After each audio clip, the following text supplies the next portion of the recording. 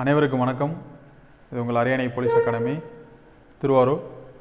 So நம்ம இந்த பதிவில் என்ன பார்க்க போகிறோம் அப்படின்னா, TNSRB SI and PC exam பயன்படும் வகையில் முக்கியமான ஒரு 25 வினாக்கள் டெய்லி நம்ம பார்த்துட்ருக்கோம்.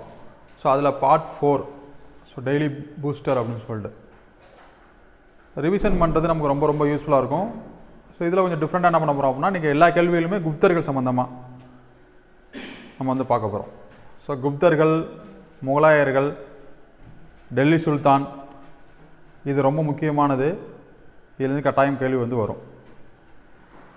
ஸோ படிக்கிற மெத்தடில் முக்கியமானது என்னென்னு பார்த்தோம் அப்படின்னா, எதை படித்தாலும் முழுமையாக படிக்கணும், அதான் ரொம்ப முக்கியமானது.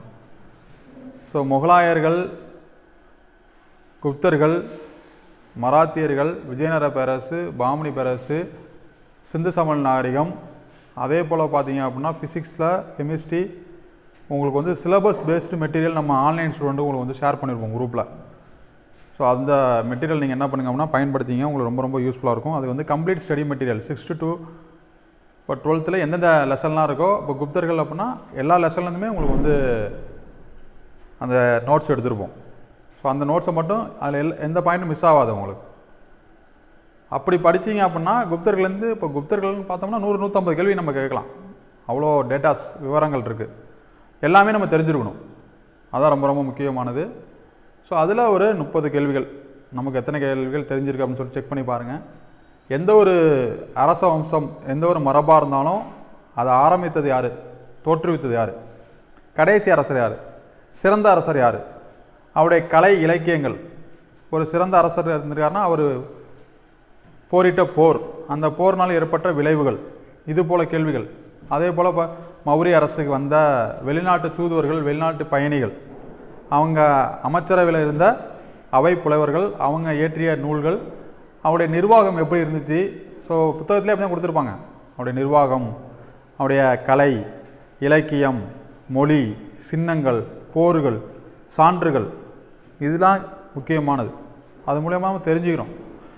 ஸோ அது ஒவ்வொரு இப்போ சோழர்களாக இருந்தாலும் சரி, பாண்டியர்களாக இருந்தாலும் சரி, பாமனி, விஜயநகர பேரரசு எதாக இருந்தாலும் சரி, அதில் நம்ம அப்படி தான் படிக்கணும்.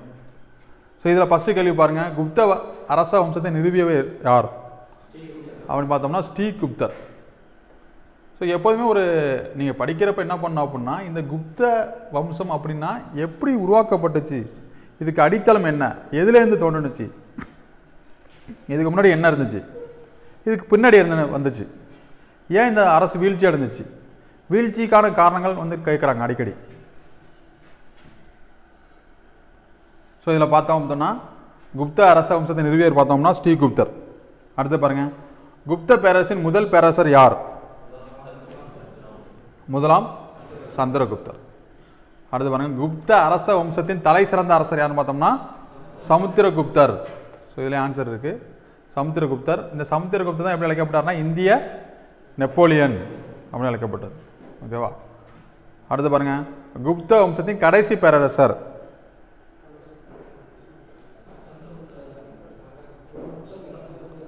இப்போ ஸ்கந்தகுப்தர் இல்லை, அவர் வந்து கடைசி அரசர் இருக்காரு.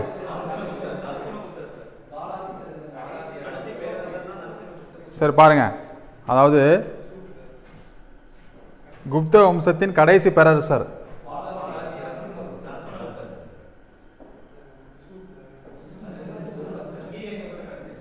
சரி ரைட்டு, குப்த வம்சத்தின் கடைசி பேரரசர் அப்படின்னு பார்த்தோம்னா ஸ்கந்தகுப்தர் தான் ஆன்சர். ஓகேவா?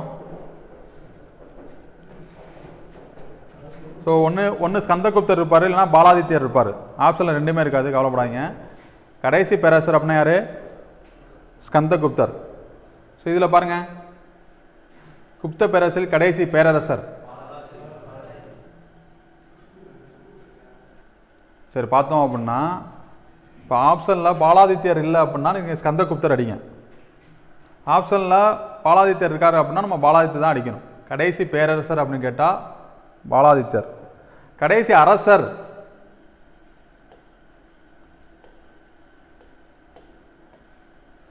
அப்படின்னு கேட்டோம் அப்படின்னா விஷ்ணுகுப்தர் அப்படின்னு சொல்லுவோம். பார்த்து வச்சுங்க, பேரரசர், அரசர், இதெல்லாம் பார்த்து வச்சுங்க.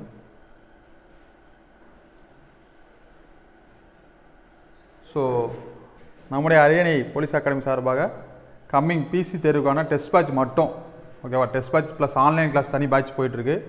டெஸ்ட் பேட்ச் மட்டும் நிறைய பேர் கேட்குறாங்க. ஸோ டெஸ்ட் பேட்ச் மட்டும் பார்த்தோம் அப்படின்னா உங்களுக்கு ஸோ 27/6/2025 நம்ம ஸ்டார்ட் பண்ணுறோம். இதோட கட்டணம் ஃபீஸ் பார்த்தோம்னா ஜஸ்ட்டு ஒரு 499 rupees மட்டும்தான், 500 rupees மட்டும்தான். கிட்டத்தட்ட 75 ப்ளஸ் தேர்வுகள். உங்களுக்கு டெஸ்ட் பேட்ச் வேணும் பிசிக்கு அப்படின்னா 8610555699 நம்பருக்கு என்ன பண்ணுங்கள், கான்டாக்ட் பண்ணுங்கள். ஜாயின் பண்ண பிறகு உங்களுக்கு பிசி தேர்வுக்கான என்னென்ன மெட்டீரியல் வேணுமோ ஆல் மெட்டீரியல் உங்களுக்கு பிடிஎஃப் ஷேர் பண்ணிவிடுவோம். குப்த பேரரசின் அங்கீகரிக்கப்பட்ட கடைசி அரசர் கேள்வி பாருங்கள்.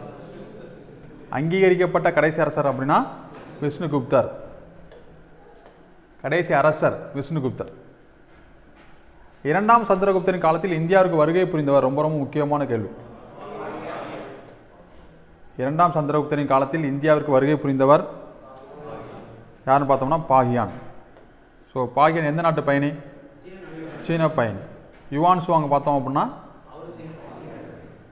எந்த நாட்டு பயணி பார்த்தோம்? சீன பயணி. ஸோ இபன் பதுதா வந்து மொராக்கோ நாட்டு பயணி. ஸோ டோமிங்கோ பயஸ் வந்து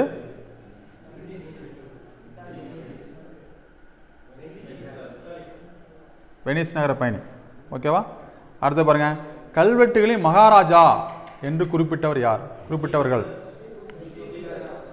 ஸ்ரீகுப்தர். மகாராஜா ஸ்ரீகுப்தர். அடுத்து பாருங்க, மகாராஜா அதிராஜா என்ற பட்டம் பெற்றவர் முதலாம் சந்திரகுப்தர். ஸோ அந்த சந்திரகுப்தர், விஷ்ணுகுப்தர், ஸ்ரீகுப்தர், இரண்டாம் சந்திரகுப்தர் உங்களுக்கு கன்ஃபியூஸ் ஆகும், பார்த்து வச்சுங்க. இந்திய நெப்போலியன் என அழைக்கப்பட்டவர் சமுத்திரகுப்தர். அடுத்து பாருங்க, கவிராஜா.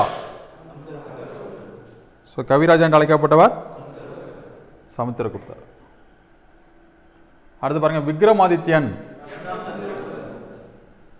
விக்ரமாதித்யன் என்று அழைக்கப்பட்டவர் இரண்டாம் சந்திரகுப்தர். அப்போ என்னென்ன பேர்லாம், இந்த பேரை ஞாபகம் வச்சுங்க, விக்ரமாதித்தர் அப்படின்னு டேரெக்டாக மனப்பாடம் பண்ணிவிடுங்க. அடுத்து பாருங்க, சக்கராத்தியர். Very good. முதலாம் குமாரகுப்தர் சக்கராத்தியர். தனது தாத்தா பெயரை சூட்டிய குப்த அரசர் யாருன்னு பார்த்தோம்னா இரண்டாம் சந்திரகுப்தர்.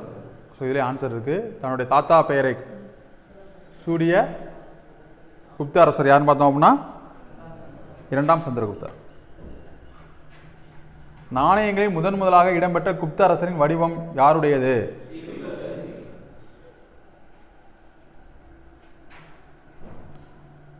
ஸோ இதுக்கு ஆன்சர் பார்த்தோம் அப்படின்னா ஸ்ரீகுப்தர். நாணயங்கள். குப்தர்களின் நாணய அமைப்பு முறையை அறிமுகப்படுத்தியவர்? குப்தர்களின் நாணய அமைப்பு முறையை அறிமுகப்படுத்திய யார் பார்த்தோம்னா சமுத்திரகுப்தர். அடுத்து பாருங்க, குப்தர் நாணயங்களில் வீணை வாசிப்பது போன்ற உருவம் யாருடையது? ஸோ வீணை வாசிப்பதில் வல்லவர் அப்படின்னு சொல்லியிருப்பாங்க சமுத்திரகுப்தர்.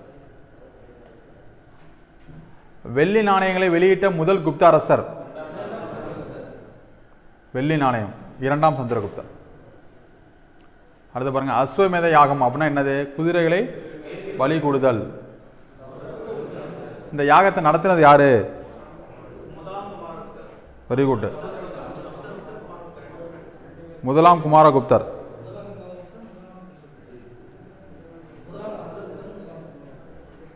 ஸோ முதலாம் ஆப்ஷன்ல முதலாம் குமாரகுப்தர் ஆன்சர். ஓகேவா? அடுத்து பாருங்க, நல்ல ஒரு கேள்வி இது. காளிதாசர், ஹரிசேனர், தன்வந்திரி, வராகமிகிரர்.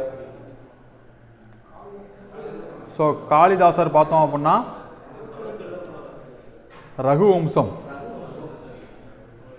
ஓகேவா? ரகுவம்சம், சாகுந்தலம், மேகதூதம். அடுத்து ஹரிசேனர் பார்த்தோம் அப்படின்னா சமஸ்கிருத புலவர். தன்வந்திரி மருத்துவர். சரகர், சுசுருதெல்லாம் எதில் வருவாங்க? அதான் எந்த அரச வம்சத்தில் வருவாங்க?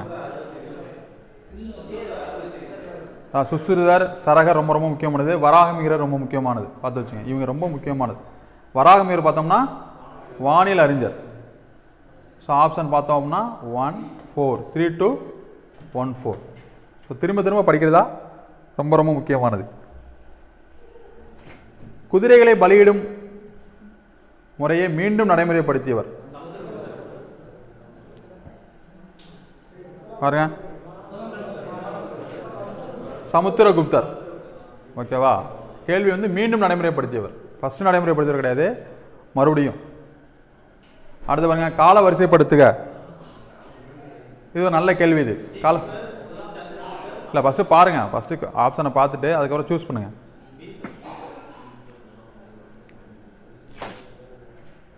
ஸோ ஸ்ரீகுப்தர், முதலாம் சந்திரகுப்தர், சமுத்திரகுப்தர், விக்ரமாதித்யர். அடுத்து பாருங்க, குப்தர்களின் நாணய முறையை அறிமுகப்படுத்தியவர். ஸோ ஏற்கனவே இந்த கேள்வி வந்துடுச்சு, ரிப்பீட்டட் கொஸ்டின் தான். சமுத்திரகுப்தர். ஹீனர்கள் என்பவர்கள் யார்? ஹீனர்கள் பார்த்தோம்னா அவங்க பழங்குடியினர். அடுத்து பாருங்க, இது ரொம்ப முக்கியமானது. அஜந்தா, எலிஃபண்டா, பாக்கு, உதயகிரி. ஸோ அஜந்தா வந்து எங்கே இருக்குது அப்படின்னா, அஜந்தா ஓவியங்கள் மகாராஷ்டிரா, பாக்கு வந்து மத்திய பிரதேசம், உதயகிரி ஒடிசா. அடுத்து பாருங்க, கீழ்கண்டவற்றில் வேறுபட்டவை.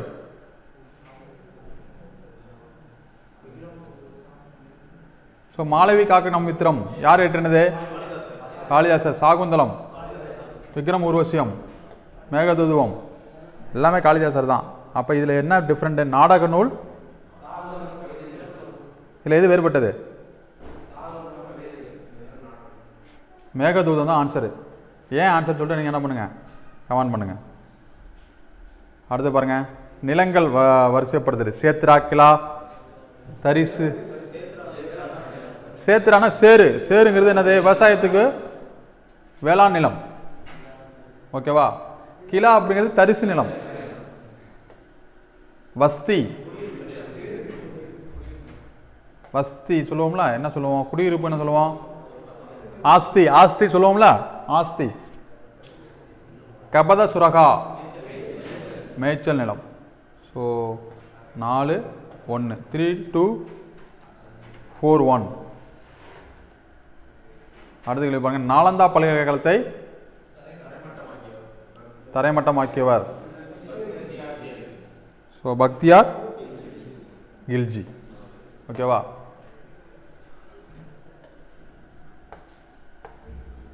ஸோ படிச்சுட்டு நம்ம இந்த கேள்வியை டிஸ்கஷன் பண்ணுறப்போ நமக்கு ரொம்ப ரொம்ப யூஸ்ஃபுல்லாக இருக்கும். ஸோ படிக்காதவங்க என்ன பண்ணுங்கள், தெரிஞ்சுங்க. இந்த கேள்வி என்ன பண்ணுங்க அப்படின்னா தெரிஞ்சுங்க. இதே போல் அடுத்த பதிவில் நம்ம என்ன பண்ணுவோம், முக்கியமான ஒரு 25 கேள்விகள் நம்ம என்னதை பார்ப்போம். ஸோ தொடர்ச்சியாக படிங்க. உங்கள் அனைவருக்கும் அரியணை போலீஸ் அகாடமி சார்பாக வெற்றி வாழ்த்துக்கள்.